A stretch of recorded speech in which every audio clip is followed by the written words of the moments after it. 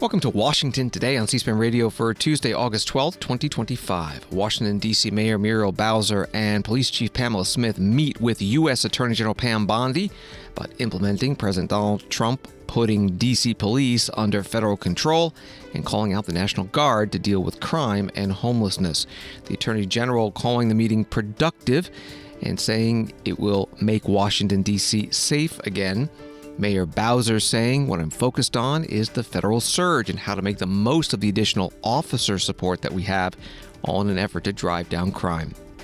The Georgia Bureau of Investigation says the gunman in the deadly shooting near the Centers for Disease Control and Prevention last week stole 5 guns from his father's safe, fired nearly 500 rounds, died by a self-inflicted gunshot wound, and had written that he wanted to make the public aware of his distrust of the COVID-19 vaccines. Inflation report from the Labor Department, Consumer Price Index for July, 2.7% year over year, same as June. On Wall Street, the Dow up over 400 points. President Trump has extended trade talks with China for another 90 days, preventing a dramatic increase in tariffs. That we'll talk about with Trevor Hunnicutt, Reuters White House Correspondent. Texas Governor Greg Abbott's threat to call endless special legislative sessions if the Texas House Democrats continue to deny a quorum, preventing passage of a new congressional redistricting map written by Republicans. Well, that all could be tested as early as Friday. Plus, the latest on preparations for the meeting between President Trump and Russian President Vladimir Putin in Alaska on Friday, discuss the war in Ukraine. And the U.S. indicts a notorious gang leader in Haiti who's been trying to overthrow the government. That and much more coming up on Washington Today. Attorney General Pam Bondi writing on X, I just concluded a productive meeting with D.C. Mayor Muriel Bowser at the Department of Justice. We agreed that there is nothing more important than keeping residents and tourists in Washington, D.C. safe from deadly crime. At President Trump's direction, the Justice Department will work closely with D.C. City Government and D.C. Police Department to make Washington, D.C. safe again. This all follows President Trump's order from Monday putting the D.C. police under federal control for 30 days, as he's allowed to do under the D.C. Home Rule Act, and sending in the D.C. National Guard. Mayor Bowser and the D.C. Police Chief Pamela Smith met with reporters outside the Justice Department after the meeting. This portion begins with Chief Smith. We know that we have to get illegal guns off of our street, and if we have this influx or enhanced presence, it's going to make our city even better. Chief, what's your role in all this? I am the Chief of Police for the Metropolitan Police Department, and being the Chief of Police, I am certainly the one who champions to ensure that we reduce violent crime across our city. That is why the mayor appointed me to do that job, which is why you've seen the reduction in crime across our city. This effort will only help us to enhance and build upon that. Are you responding? Are you answering to Terry Cole and to Pam Bondi? I answered to Mayor Muriel Bowser. Let me just say this. Let us not have any controversy with that, okay? Because I know people want to build upon and create division. We're here to work together with our federal partners, and that's what we're going to do. Chief, and how are you going to do that? Can you explain what the National Guard is likely to do, what the federal agents are likely to do? So the federal agents. So the way we would do any operational plan across our city, we would create a plan. We would put our resources together. We would allocate and look at the locations around our city where we believe there are areas of pockets of crime that we would like to address. We also know that there are opportunities for us to build upon our community engagement with our federal partners who work with us every day, and this is the time for us to do it. I won't go into the details and the devils of our operational plan at this point, but you will see Metropolitan Police Department working side by side with our federal partners in order to enforce the efforts that we need around the city. Can you tell us what the chain of command is now? What does that mean? Well, is it Pam Bondi speaking to the mayor, speaking to you, or how does this work? So the executive order is clear. The president has requested MPD services, and our home rule charter outlines the process. The president designated Attorney General Bondi as his proxy to request services through me.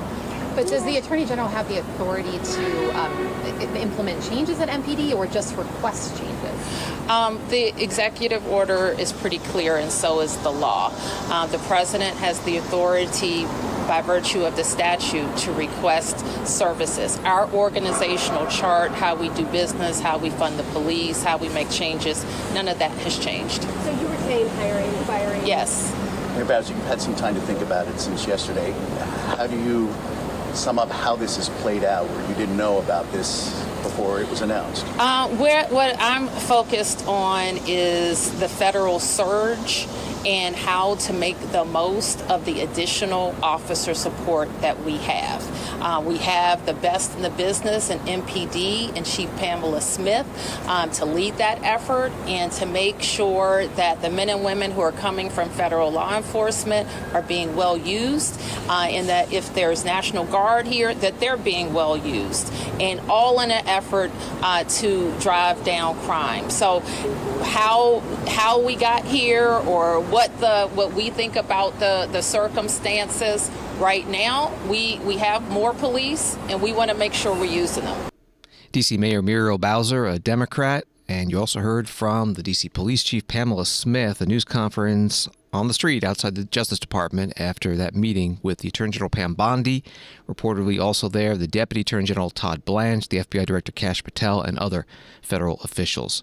Story from the National News Desk. 23 arrests were made in the nation's capital city on the first night of President Donald Trump's crackdown on crime in Washington, D.C. White House Press Secretary Caroline Leavitt shared the news Tuesday during a news briefing. She said approximately 850 officers and agents were deployed with arrests for crimes such as homicide, gun offenses, drug possession with intent to distribute, evasion, lewd acts, stalking, and driving under the influence, reckless driving, and more. Additionally, she said 6 illegal guns were seized during the operation. That was from the National News Desk. And that was part of her opening statement at the news conference. The first question came from podcaster Benny Johnson. As always, we'll start with our new media seat, who is our podcast host today, Benny Johnson. Benny, why don't you kick us off, and thanks for being here. Thank you, Caroline. As a D.C. resident of 15 years, I lived on Capitol Hill. I witnessed so many muggings and so much theft.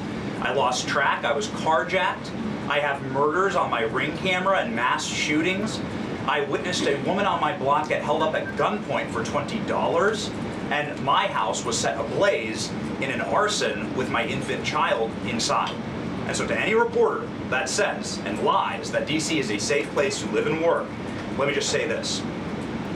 Thank you. Thank you for making the city safe, because no parent should have to go through what my family went through, having the fire department rip open their door to save their infant child. And so thank you for your work on securing this city. My question to you is this. Nancy Pelosi has attacked the president for deploying the National Guard to the city, saying that it is to cover for his incompetence. Hillary Clinton has also attacked the president for securing the city of Washington, D.C. I'd like to get your response to Nancy Pelosi and Hillary Clinton. Sure. Well, first of all, Benny, I'm so sorry that happened to you and your family. There have been, unfortunately, far too many victims of crime in this city, and I know the majority of residents in the District of Columbia agree with you. In fact, a new poll from the Washington Post I was reading this morning, this was released in May of 2024, so it's quite funny how many of you in the media agreed with what the president was saying yesterday, but now once the president says it, many of you are disagreeing with him. But this poll released by the Washington Post found that 65% of district residents think crime is an extremely serious or a very serious problem, and this was up from 56% last year. So the concern that you share with so many other residents in the District of Columbia is real, and that's why this president is taking action to address it. To get to the heart of your question, I think it's despicable that Democrats cannot agree that we need more law and order in a city that has been ravaged by violence, crime, murders, property theft. This should be a winning issue for all Americans. I don't understand. It's just anything President Trump does, the Democrats want to disagree with. I think the president would love to work with Democrats on this issue to bring law and order to America's cities, but unfortunately they have failed, and that's why he's taken this historic action to federalize the National Guard. And as you're seeing from last night's numbers, we already have seen success. We are removing violent offenders, we are arresting criminals, and we are removing drugs and firearms off of the streets of the city to make it safer for all of its residents.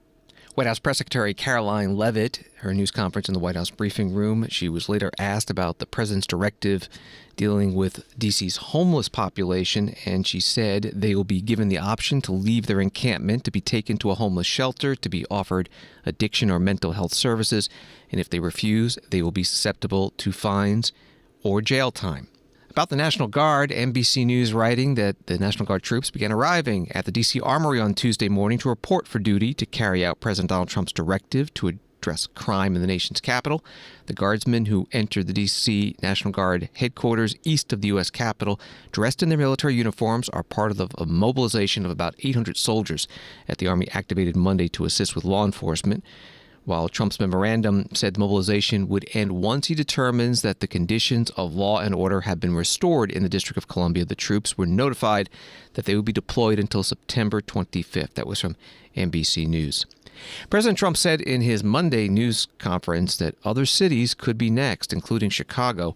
And Chicago's mayor, Brandon Johnson, a Democrat, put out a statement saying if the president, quote, wants to help make Chicago safer, he can start by releasing the funds for anti-violence programs that have been critical to our work to drive down crime and violence. The mayor added, sending in the National Guard would only serve to destabilize our city and undermine our public safety efforts. Mayor Johnson was asked about this at a news conference today in Chicago. We had conversations with public safety, with the superintendent, on the possibility of that happening. Well, he doesn't have the legal authority to do it, right? So let me just be very clear. He does not have the legal authority to do it as right, I'm not talking about the police force. I'm talking about the Insurrection Act and National Guard. I'm saying he does not have, I know what you're talking about. He does not have the legal authority to do it. In fact, troops do not have policing power. They're not even trained to do that. So understand what this president is provoking. He is provoking on sending federal troops, the National Guard, into cities to plunder them, though those entities do not have policing power. So they can't even do the very thing that he claims that he wants them to do. You talk about incompetence. Look, I taught 7th grade. In Chicago, 7th graders have to pass the Constitution. I taught it. This president could use a 7th grade class right now to understand the basics of the Constitution.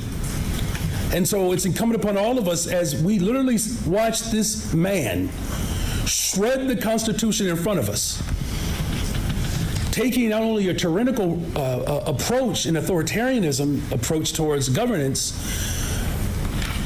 is doing it with no resistance from his own party.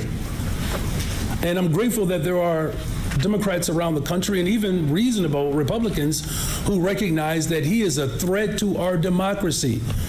You all have heard me speak of this before. I've said this for the last couple of years. The extreme right in this country wants a rematch of the Civil War. His own mentor, President Andrew Jackson, is how he is modeling his behavior. The Trail of Tears, right, snatching people off of their land, a war on poor people. He is one of the biggest threats to humanity that we've seen in an entire generation. And as mayor of the city of Chicago, and as someone who understands the premise of our Constitution,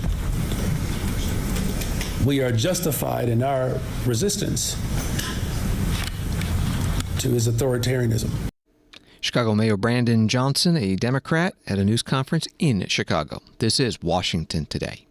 Associated Press reporting from Atlanta, the man who fired more than 180 shots with a long gun at the headquarters of the U.S. Centers for Disease Control and Prevention broke into a locked safe to get his father's weapons and wanted to send a message against COVID-19 vaccines, authorities said Tuesday. The Georgia Bureau of Investigation Director Chris Hosey gave the details at a news conference today in Atlanta. Our investigation obviously began on Friday afternoon and continued throughout the night into early Saturday morning. And as I mentioned earlier, that investigation continues as we speak through our agents in assisting law enforcement, conducting numerous interviews, collecting evidence, and that evidence being analyzed as well.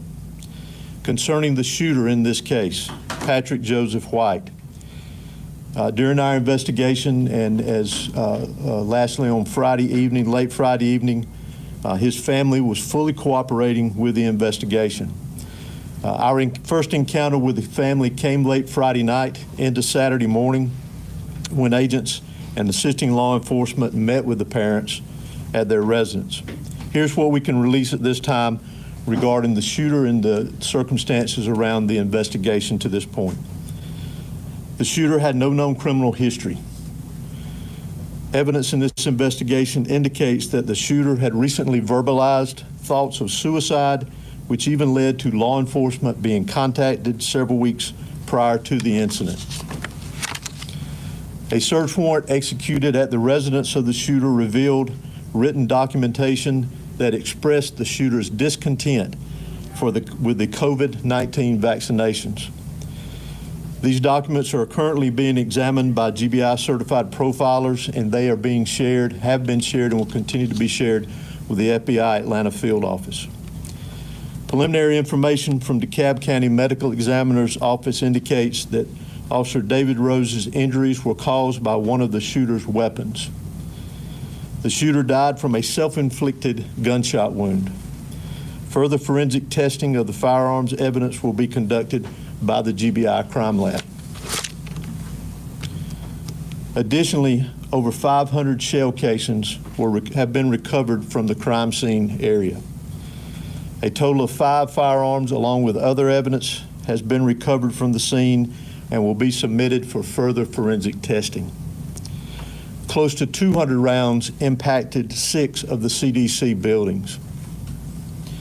Electronic items seized in the case are undergoing digital forensic examination, and agents have and are continuing to conduct numerous interviews, review video evidence as well that was recovered. Currently, addition to that, currently our investigation reveals that the rounds fired by the Emory police officer did not strike the subject. Chris Hosey, director of the Georgia Bureau of Investigation, at a news conference day in Atlanta, referring to Officer David Rose of DeKalb County, who was killed in the shooting. And Health and Human Services Secretary Robert F. Kennedy Jr. yesterday toured the site of Friday's shooting. On Saturday, he wrote on X, "We're deeply saddened by the tragic shooting at CDC's Atlanta campus that took the life of Officer David Rose. We stand with his wife and 3 children and the entire CDC family. We know how shaken our public health colleagues feel today. No one should face violence while working to protect the health of others. We are actively supporting CDC staff on the ground and across the agency. Public health workers show up every day with purpose, even in moments of grief and uncertainty. We honor their service, we stand with them, and we remain united in our mission to protect and improve the health of every American." That was the statement from the Health and Human Services Secretary Robert F. Kennedy Jr. on Saturday. Again, from the AP article, the shooting reflects the dangers public health leaders have been experiencing around the country since anti-vaccine vitriol took root during the pandemic. Such rhetoric has been amplified as President Donald Trump's health secretary, Robert F. Kennedy Jr., repeatedly makes false and misleading statements about the safety of immunizations. That was from AP. At today's news conference, Paul Brown, special agent in charge, FBI Atlanta field office, was asked whether the threats have increased.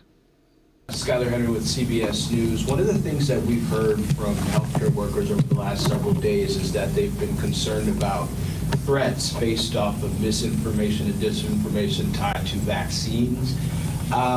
Is there an assessment, either from you or from Special Agent in Charge, about the threat level as it relates to healthcare workers? Has there been an uptick in the days since or prior to? Threats of that nature is always something we take very seriously and we look at. We've not seen an uptick, although any rhetoric that suggests or leads to violence is something we take very seriously. So that's something we're very sensitive to. We're going to respond to quickly should we see it in the future. But although we're tracking it, we're sensitive to it, we have not seen that uptick. Paul Brown, special agent in charge, FBI Atlanta field office, at today's news conference in Atlanta. And one more paragraph from the Associated Press article.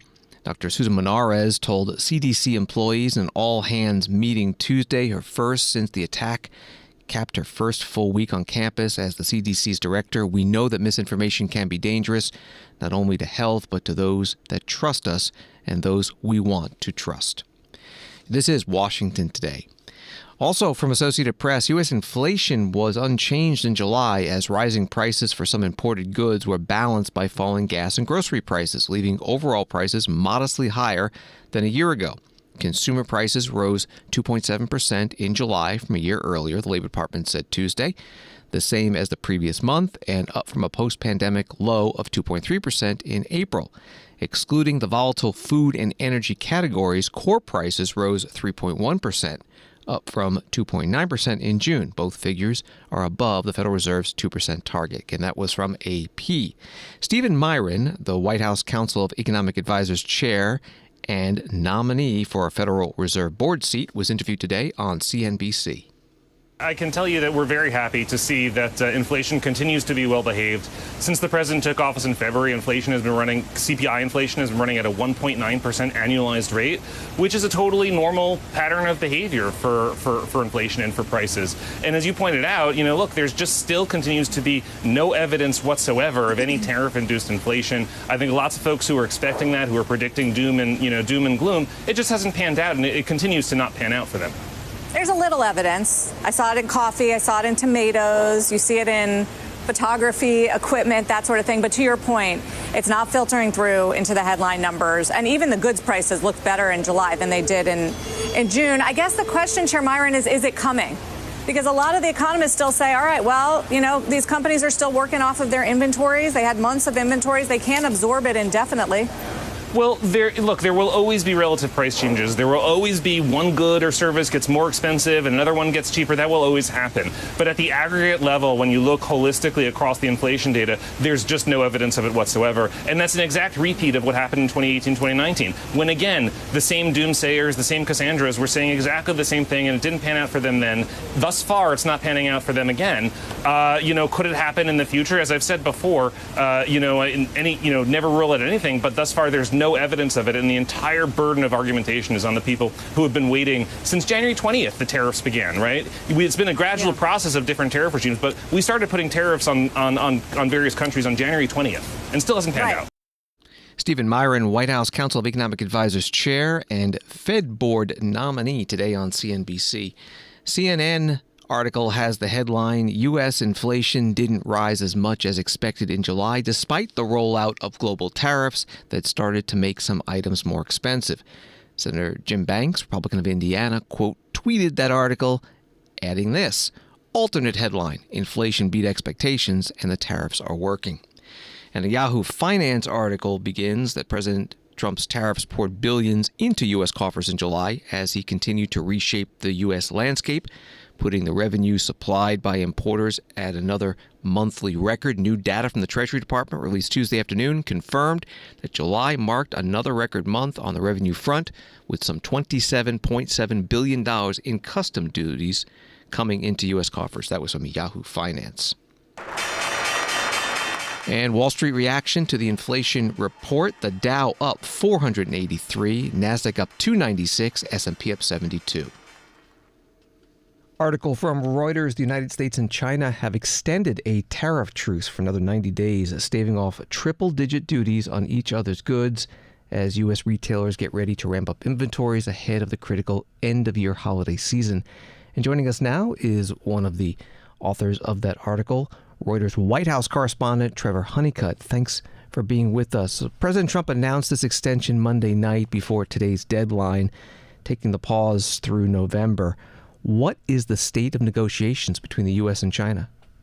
Well, they've got a lot to chew on here, right? I mean, they're talking about business practices in China that have been going on for many years in terms of what the U.S. feels are disadvantages for U.S. businesses that operate in China. Concerns about the fact that China sells the U.S. more goods than it buys, and then also just the fact that China produces a lot of goods at very low costs, and from the U.S. perspective, dumps those in international markets. And so resolving those problems overnight is not going to be as easy as some of the other trade issues that Trump has taken on. And so it's going to take them time to work those things out. So the deal here is basically to take a further pause on ramping up the trade war and having more of a fight about this while they work through those issues. Every so often, we're getting public statements from the U.S. and Chinese side about how things are going. What have those statements been saying? Well, I think one of the key things of late is you've seen some statements from Trump that have indicated what he wants out of this deal, right? So before this pause took place, Trump took to social media to say that he wanted China to quadruple its soybean purchases as part of a deal. Now, analysts that we've spoken to have said that that's not going to be possible for China to meet that obligation. But what's important about that is it shows us kind of where the talks are right now and what Trump is trying to get out of them. And he wants to see more Chinese purchases from U.S. farmers. So that's a key point. And then also technology has been a really key part of the discussions at this point. You've seen conversations around whether NVIDIA can sell, that's a U.S.-based technology company, whether they can sell their high-end chips in China. Trump has indicated that, he might be open to letting a few more of those chips, scaled back to be sold in China. So he's kind of dangling that as another possibility of something that he might give away in these negotiations. How important is the U.S.-China trade relationship to the U.S. economy, and what happens if tariffs were to go to triple digits for the long term? Well, Treasury Secretary Scott Bessent has basically said that the levels that they reached earlier this year during the tit-for-tat trade war basically shut off the economies from one another. And that's huge because they're the two biggest economies in the world. They're huge trading partners. Ahead of the holiday season, shopping season, right, a lot of the toys, the consumer goods are going to be imported from China. And so you cannot overstate the importance of that economic relationship. We're talking with Trevor Hunnicutt from Reuters. President Trump has always said when asked, China wants to make a deal. Do they, from what they've been saying? And also China has said it sees itself as a rising power, eventually taking over from the U.S. as the most important country in the world. How might this situation play into that thinking, or are there public indications that it is? China wants to make a deal on its terms, right? They've been very clear that the businesses U.S. businesses that operate in China have to operate in accordance with their laws, in accordance with their framework for investment. We saw in Trump's first term that he struck a deal with China that China never lived up to, right? They had agreed that they were going to make a certain number of purchases of Boeing airplanes and pork from the United States, and they never ended up doing that. And China's economy is far less dependent on the U.S. than it was when they struck that deal with Trump in his first term. And so the question here is Trump willing to strike a deal with China that's good enough for them, and also one that they're actually willing to live up to? And finally, President Trump also always says this will ultimately come down to a face-to-face meeting between him and the Chinese President Xi Jinping. Is that in the cards? Are there indications that might be in the works? So both sides have been talking now for several months about the possibility of a meeting. The Chinese have floated the idea of Trump coming this fall to China. We have fairly strong indications that Trump is going to travel to Asia in late October, early November. And so that might be an opportunity for those two leaders to meet either in Beijing or in a third country. Trevor Hunnicutt, Reuters White House Correspondent. Find his articles at Reuters.com. Thank you very much. Thank you. And President Trump writing on Truth Social today about the Federal Reserve Chair Jerome Powell and interest rates. Jerome Too Late Powell must now lower the rate. Steve Mnuchin, he spells it Manouyychin, really gave me a beauty when he pushed this loser. The damage he has done by always being too late is incalculable. Fortunately, the economy is so great that we've blown through Powell and the complacent board. I am, though, considering allowing a major lawsuit against Powell to proceed because of the horrible and grossly incompetent job he has done in managing the construction of the Fed buildings. $3 billion for a job that should have been a $50 million fix-up. Not good. That post on Truth Social by President Donald Trump. Washington Today continues in a moment. past precedent. Why are you doing this? This is outrageous. This is a kangaroo court. This fall, C-SPAN presents a rare moment of unity, Ceasefire, where the shouting stops and the conversation begins. Join Political Playbook Chief Correspondent and White House Bureau Chief Dasha Burns as host of Ceasefire, bringing two leaders from opposite sides of the aisle into a dialogue to find common ground. Ceasefire, this fall on the network that doesn't take sides, only on C-SPAN.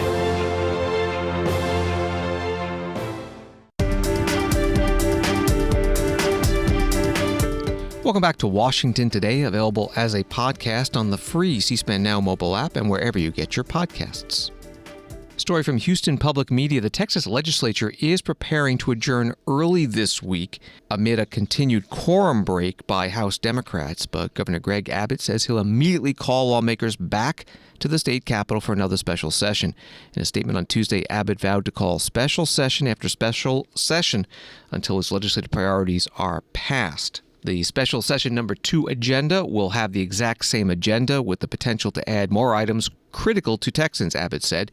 There'll be no reprieve for the derelict Democrats who fled the state and abandoned their duty to the people who elected them. Article goes on, it's been more than a week since dozens of House Democrats left the state to prevent a vote on a Republican-backed redistricting map that would add up to 5 GOP-held congressional seats in Texas. Leaders in the Texas Senate and House have signaled they will end the special session Friday if enough House members don't return. Abbott called the special session to tackle issues including mid-decade redistricting, emergency alert upgrades after the July 4th Hill Country floods, THC sales regulation, eliminating the STAR test, an education test, and expanding the Attorney General's power. That was from Houston Public Media. Today's Texas House session in Austin was brief, like the others, because of a lack of a quorum. Speaker Dustin Burrows, Republican, with the gavel. Members, the roll has been called, and again, a quorum is not present. What this means, first, we cannot take up the critical flood response legislation scheduled for our floor today. Bills that would deliver and help families and communities who've lost their homes, their businesses, their livelihoods, and in some cases, their loved ones. As I stated yesterday, the Department of Public Safety is keeping track of every taxpayer dollar that has been spent in their effort to compel our colleagues' attendance. As of today, the amount is well over 6 figures in just overtime. We have travel and operational costs that are being tracked as well. Under Rule 5, Section 3 of the House Rules, those absent members will be responsible for paying all of this back. If the devastation in our Hill Country communities, the Texas Constitution, and their mounting debt aren't enough to bring them back today, they should yet again be reminded this is not going away. The work is not going away, and the pressure on them will only grow. Since we do not have quorum today, members present are not going to be punished, and they're going to be able to go home to their districts Wednesday and Thursday. But if it looks like quorum may be reached, be within 6 hours of the Capitol and be on call to return.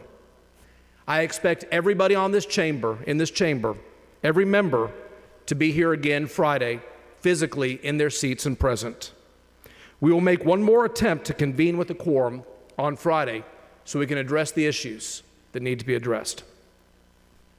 If we still do not have quorum on Friday, the House and the Senate will sine die this session, and the governor will immediately issue a proclamation for a second called special session.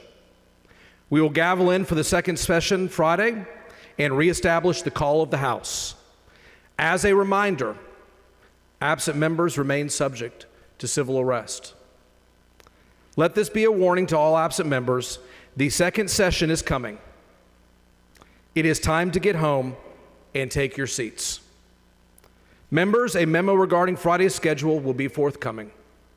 In the meantime, DPS will continue to knock on doors, sit outside homes, and track every lead until we have the votes in these chairs. I spoke with Governor Abbott this morning, and he has made it clear he is committed to calling us back again and again and again until our work is done. Texas House Speaker Dustin Burrows, Republican, presiding over today's House session in Austin, Texas. The Texas House Democratic leader, Gene Wu, said today on MSNBC that he and the other Democrats are determined to continue to deny a quorum for as long as it takes to prevent the passage of that congressional redistricting map written by the Republicans to give the Republicans an advantage. Gene Wu was also asked about the fact that as a result, relief for flood victims cannot pass. This was just an unbelievable tragedy. And, for me, this was a particularly just hard tragedy to deal with because this is my personal nightmare. I have two little boys who are both in Scouts. One's in regular Scouts and one's in Cub Scouts, and they go on trips, and every time that I'm not with them, this is my fear. And I cannot imagine what all those families went through, and it's just, which is why I'm like, people are so angry at Greg Abbott using their deaths, using that tragedy to play these political games to get what he wants for his buddies, to take the suffering of these families and to hold it out there like they're hostages, and to hold these communities up like this is insane. Greg Abbott today, this very second, could take out his pen and send this money to them out of his discretionary fund today. There has never been any doubt of that. After Hurricane Harvey, we begged him, we pleaded with him, people from across the state, please, we need a special session so we can help these communities recover. Abbott said no repeatedly and says, here's money out of my discretionary fund, just do it that way. Here, he could have done exactly the same thing, but politics is more important to him. Texas State Representative Gene Wu, the minority leader, on MSNBC today. Sitting beside him was the U.S. House Minority Leader, Hakeem Jeffries, Democrat of New York. Great to be with Gene, as well as the Texas Democrats, who we are strongly supporting. We're appreciative of their character, their courage, their conviction, and standing up for the people of Texas and pushing back against the effort by party bosses to try and rig the midterm elections by gerrymandering the congressional map. We should have a situation in Texas and across the country where voters are able to choose the people they want to represent them in Washington, as opposed to politicians and party bosses choosing their voters. And so the Texas Democrats are standing up for the principle of free and fair elections. Nothing is more American than that. We are at an all-hands-on-deck moment, and so I certainly support the principle that we have to utilize every single tool in the toolbox in California, in New York, here in Illinois, from coast to coast. U.S. House Minority Leader Hakeem Jeffries, Democrat from New York, on MSNBC with the Texas House Minority Leader, Democrat Gene Wu. WFAA-TV in Dallas-Fort Worth writing that Texas Senate on Tuesday passed the controversial redistricting maps despite a walkout by Democrats. But the House can't consider the bill until a quorum is reached. The Democrats' walkout Tuesday shortly before the Senate took up the maps was a mostly symbolic move. This is Washington Today. President Donald Trump and Vice President J.D. Vance, begins an ABC News article, will take part in a virtual meeting on Wednesday with Ukrainian President Volodymyr Zelensky and European allies. Two U.S. officials confirmed to ABC News. Zelensky said on Tuesday that Russia is showing signs it may want to end the war after Zelensky spoke by phone with Trump, White House advisor Steve Witkoff, and European leaders last week. Zelensky said during the call, which took place on Friday, during the call there was a signal from Mr. Witkoff, who was also on the call, that Russia is ready to end the war, or at least to make a first step toward a ceasefire, and that this was the first such signal from them. Everyone on the call felt positive about this. that there was some kind of shift. Zelensky emphasized there were no demands or concrete proposals from the U.S., just discussions, and it's still unclear to him what exactly Russian President Vladimir Putin told Witkoff. That was from ABC News. U.S. State Department spokesperson Tammy Bruce said at her news conference today in Washington, the Secretary of State spoke with the Russian foreign minister ahead of Friday's meeting between President Trump and President Putin in Alaska. I can confirm for you that Secretary Marco Rubio spoke with Russian Foreign Minister Lavrov. We have that the fact that Sergei Lavrov, again, in a phone call with the Secretary, regarding preparation for the upcoming summit between President Donald Trump and Russian President Vladimir Putin, both sides confirmed their commitment to a successful event. I can also tell you that it was President Putin who called to make this arrangement as well. State Department spokesperson Tammy Bruce at her news conference. By the way, this was her final briefing as a spokesperson. She's been nominated as Deputy U.S. Ambassador to the United Nations. She thanked the reporters in the room for their professionalism and said it's been a pleasure and an honor. The upcoming Trump-Putin meeting in Alaska also came up today at the White House news conference with Press Secretary Caroline Leavitt. Regarding the Putin and President Trump summit on Friday, why not invite Ukrainian President Zelensky to that summit? I know the president said yesterday that he planned to speak with him right after the summit and even before, but why not invite Zelensky, and whose decision was it to not invite him? Was it the president or was it President Putin? Well, this meeting came about because the president of Russia asked the president of the United States to meet through his special envoy, Steve Witkoff, who, as you all know, traveled to Russia to have a conversation with Putin at his request. And so the president is agreeing to this meeting at the request of President Putin. And the goal of this meeting for the president is to walk away with a better understanding of how we can end this war. And the president said at this podium yesterday when he joined all of you in the room that he hopes in the future there can be a trilateral meeting with these three leaders to finally bring this conflict to an end. But this administration has really used every lever, has taken every measure to achieve peace through a diplomatic solution. And I think the president of the United States getting in the room with the president of Russia, sitting face to face rather than speaking over the telephone, will give this president the best indication of how to end this war and where this is headed. White House Press Secretary Caroline Leavitt at her news conference.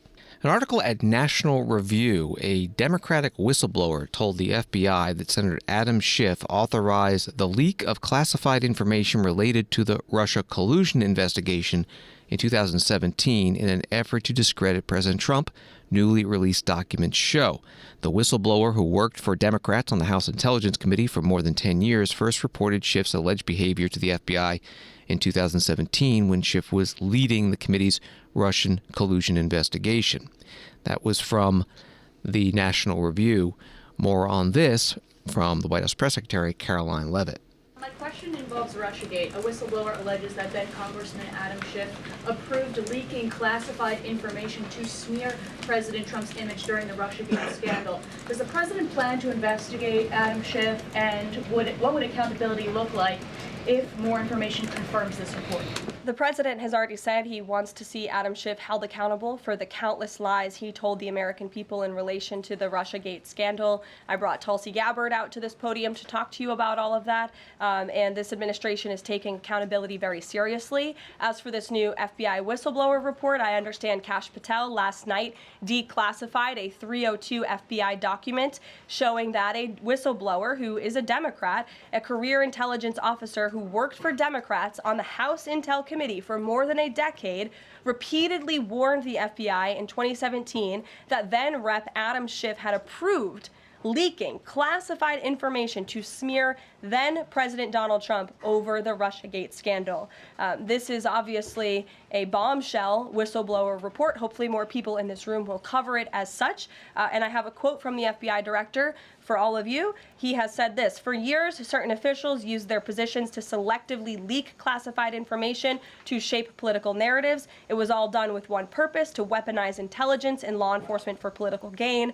Those abuses eroded public trust in our institutions. The FBI will now lead the charge with our partners at DOJ, and Congress will have the chance to uncover how political power may have been weaponized and to restore accountability. That's what the administration is focused on, and hopefully we'll see some more media reports on this whistleblower allegation. If this were reversed, if this were allegations against the president or any of these cabinet officials, I'm sure everyone in this room would cover it as such. White House Press Secretary Caroline Leavitt at her news conference in the White House briefing room. Story from Raw Story. Former federal prosecutor Preet Bharara has signed on as counsel to Senator Adam Schiff, Democrat of California, to fight the new criminal investigation the Trump administration has launched into him. The investigation, led by Ed Martin, will examine whether Schiff committed mortgage fraud by holding primary residences in California and Maryland at the same time, a common practice for members of Congress that experts say, as long as all applicable state laws are followed, is not illegal. A spokesman for Schiff clarified he did not mislead any mortgage lender about his use of either property. Bharara issued a scathing statement against the investigation, Politico's Kyle Cheney reported. It included this: the allegations against Senator Schiff are transparently false, stale, and long debunked. Reporting by Raw Story. From the Washington Post, a federal grand jury has indicted Jimmy Barbecue Cherizier, the leader of a powerful coalition of gangs that has paralyzed and terrorized Haiti, on charges of conspiring with people in the United States and Haiti to evade U.S. sanctions. U.S. Attorney Jeanine Pirro said Tuesday. The State Department, meanwhile, is offering a $5 million reward for information leading to Cherizier's arrest or conviction. The self-styled revolutionary is believed to be in Port-au-Prince. Cherizier, who posts frequently to social media and has given interviews to the Washington Post and other international news outlets, is perhaps the most notorious of Haiti's warlords. That's reporting by the Washington Post. Here is the U.S. Attorney for the District of Columbia, Jeanine Pirro, at a news conference about the indictment and the reward. Barbecue was a police officer in Haiti, but he led many campaigns of violence against Haitians in Haiti, including the notorious La Saline attack in 2018. Notorious because he both planned and participated in the killing of approximately 71 Haitians. It is a turf war that has shocked the human rights activists in the world. His co-defendant, Basile Richardson, grew up in Haiti with Cherizier. He is a naturalized U.S. citizen who is living in North Carolina.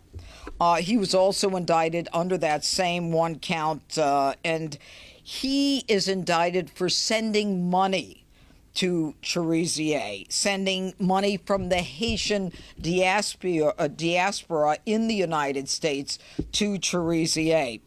And knowing that Cherizier was sanctioned under that 2020 Magnitsky Act. Now, apparently he was a trucker who, although he was from North Carolina, was just picked up in Texas. Now, one of the things that is extremely important that you'll be hearing about from my law enforcement partners here is that the State Department has designated a $5 million reward for information leading to the arrest and or conviction of Cherizier.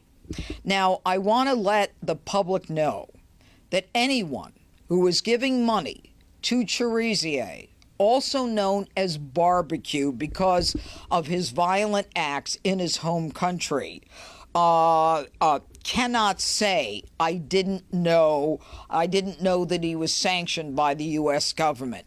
They will be prosecuted, and we will fine them because they are supporting an individual who is committing human rights abuses, and we will not look the other way. U.S. Attorney for Washington, D.C., Jeanine Pirro at today's news conference in the city. Story from NPR. The State Department released its long-awaited reports on international human rights Tuesday, and they drastically reduced the types of government repression and abuse that the United States under President Trump deems worthy of criticism. The agency said the streamlined human rights reports adhere more closely to what's required to be in them by law, but critics say the reduced content lets authoritarians off the hook. That was from the NPR article.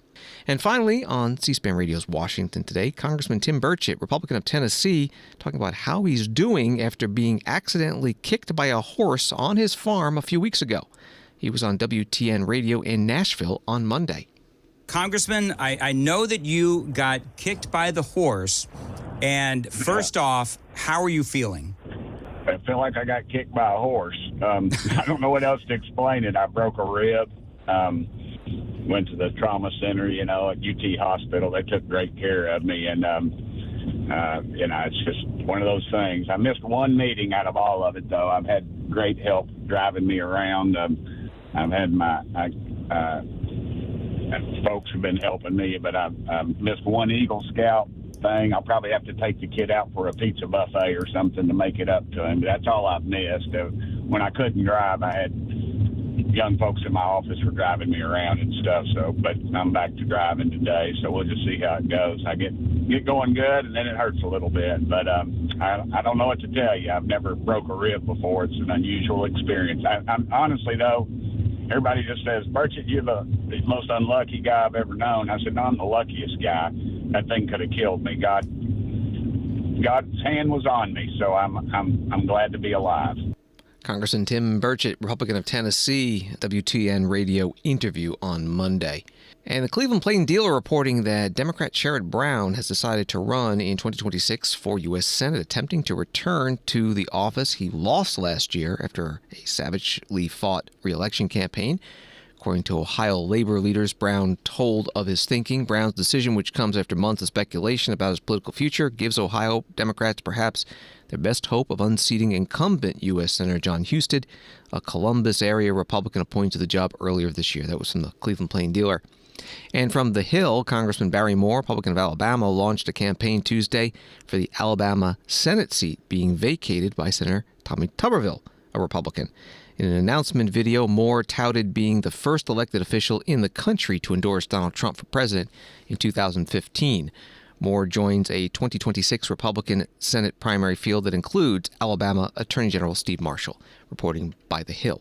Thanks for listening to Washington Today. Sign up for C-SPAN's evening newsletter, Word for Word, and get the stories making headlines in Washington emailed to you every day. Subscribe at cspan.org/connect. Have a good night.